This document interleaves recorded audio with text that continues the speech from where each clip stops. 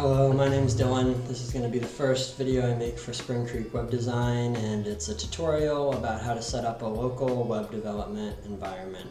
If you want to start developing websites yourself, do it for free to start, low pressure, this is the perfect way. We're going to use MAMP and WordPress to do this.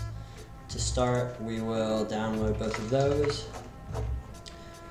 MAMP offers a pro version. It gets downloaded with the free version. I've never had a use for the pro version, but it might prompt you as you're installing it to get the pro version. You can just ignore that. The free version is plenty for what we're doing. After MAMP gets started, we will go to WordPress.org. WordPress.org is different from WordPress.com. WordPress.org is open source. And everything is free. WordPress.com uses the WordPress.org code, but it offers other things like hosting and various types of support that they will try and charge you a subscription for. So we want WordPress.org, we're doing this for free. It's a little more DIY, but you can get everywhere that WordPress.com will get you. It's just a little more work. So once things are downloaded, you should run the MAMP installation. I'm not going to since I already have it installed. And then we need to put WordPress somewhere we are going to remember. I like to put it in documents and a folder like websites or something like that. You need to extract WordPress from the zip file. There's a couple ways to do this. I'm going to extract it directly to that websites folder.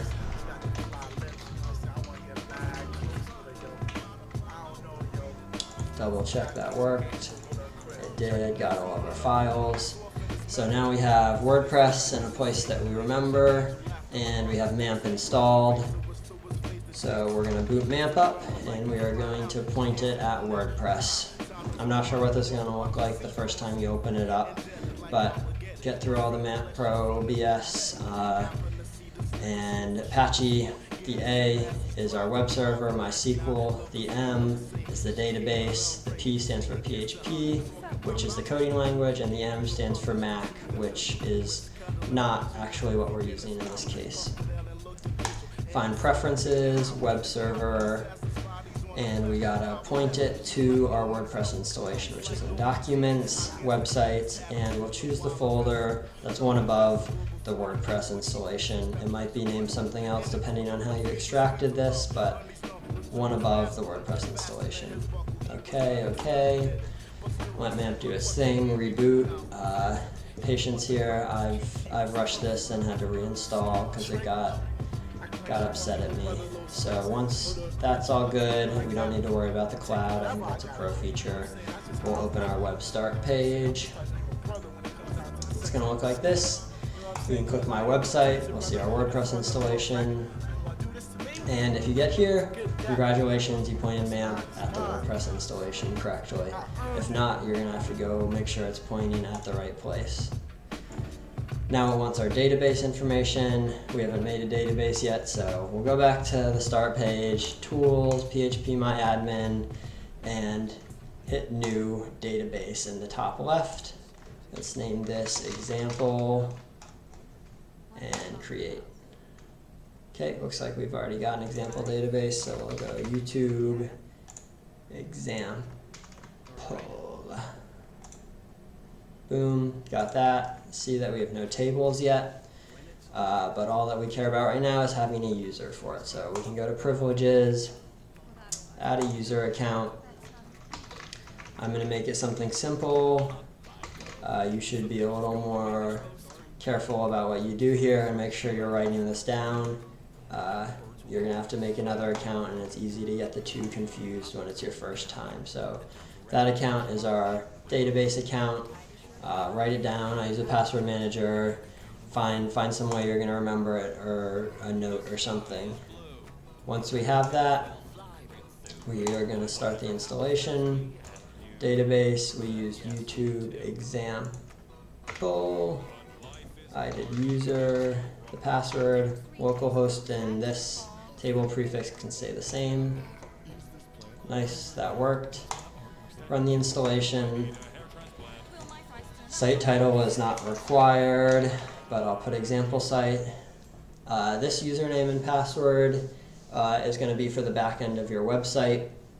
This should be strong, especially if you're planning on using this site online. There will be lots of bots and other things trying to get into your website, so use a username that is not admin. We'll go with back-end user, and then use a password that is strong. I'm not going to right now because I'm not going to use this for anything, but use a password that's strong. Write this down before you keep going. Run the installation, and sweet, it worked. So now if we went back here to this phpMyAdmin, we can see we've got all these databases for the WordPress installation. You don't need to do anything with these, but it's cool to see that the WordPress installation actually added those. We can log in. We did backend user and password, and voila, we've got a fresh WordPress installation on our local machine, and you can go wild. Make whatever you want. It's not going to be as easy as WordPress.com, but you will have access to all of the same stuff. So for example, if we wanted to get started, you can choose different themes. We can add new themes, we can add plugins. There's huge libraries for this. Tons of free stuff. We can edit our pages, add media, and then hit example site to see what this site actually looks like. This is the 2024 template.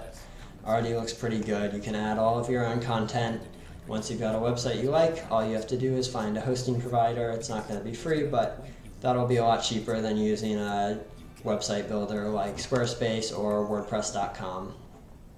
So hopefully this is useful for people just starting out, wanting to develop their own website, do it for free.